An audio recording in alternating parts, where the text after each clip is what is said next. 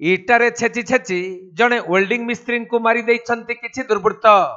ଏପରି ବିଭତ୍ସ ହତ୍ୟାକାଣ୍ଡ ଘଟିଛି କଟକ ଜିଲ୍ଲା ବାରଙ୍ଗ ଥାନା ଅନ୍ତର୍ଗତ ତ୍ରିଶୁଳିଆ ନିକଟରେ। ମୃତ ୱେଲ୍ଡିଂ ମିସ୍ତ୍ରୀ ଜଣକ ତୋଫାନ ସାମଲ ହୋଇଥିବା ବେଳେ ତାଙ୍କ ଘର ପାରାଦୀପ ଅଞ୍ଚଳରେ। ସେ ନିଜ ପୁଅ ଓମ୍ ସହିତ ତ୍ରିଶୁଳିଆ ଠାରେ ଦୀର୍ଘ ବର୍ଷ ହେବ ରହି ଏକ ବିଲ୍ଡର ସଂସ୍ଥା ପାଖରେ ୱେଲ୍ଡିଂ କାମ କରୁଥିଲେ। ତେବେ ଗତକାଲି ରାତିରେ ତୋଫାନଙ୍କ ସମେତ ଅନ୍ୟ 3-4 ଜଣ ଏକ ଘର ଭିତରେ ବସିଥିବା ବେଳେ 10ରୁ 15 ଜଣ ଦୁର୍ବୃତ୍ତ ହଠାତ୍ ଘର ଭିତରେ ପଶି ତୋଫାନକୁ ଘର ଭିତରୁ ଟାଣି ଆଣି ବାହାରେ ଇଟାରେ ଛେଚି ଛେଚି ମାରିଥିଲେ।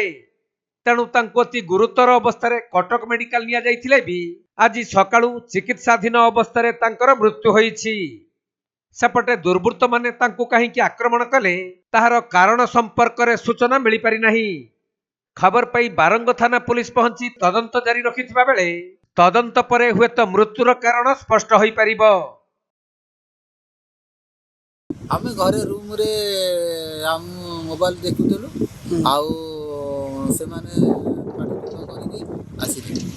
କୋଉମାନେ ସବୁ ଆସିଲେ? ସବୁ ସେଇମାନେ ନିହାତି 10-15 ଜଣ ଖଣ୍ଡେ ଆସିଲେ ଆଉ ଆସିକି ତାକୁ ଘରେ ଗୋଟେ ଜାବଡ଼ା ନଗେଇକି ତାକୁ ପଦାକୁ ନେଇଗଲେ।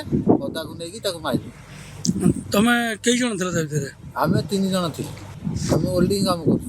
3 ଜଣ ଓଲ୍ଡିଂ କାମ? ହଁ।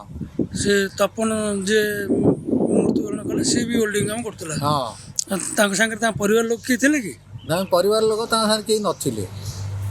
ଆଉ ତମ ପୁଅ ଥିଲା, ପୁଅ ହେଲେ ତାଙ୍କ କତିରେ ନଥିଲା, ଆମ ସାଙ୍ଗରେ ଥିଲା।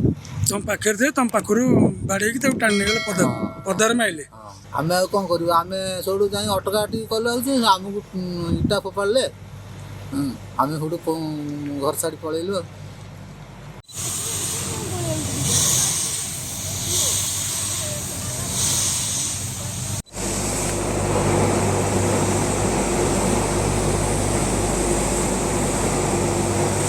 କଟକ ଜିଲ୍ଲା ପ୍ରତିନିଧି ରାଜେଶ କୁମାର ସାହୁଙ୍କ ରିପୋର୍ଟ, କୋଣାର୍କ ଲାଇଭ୍।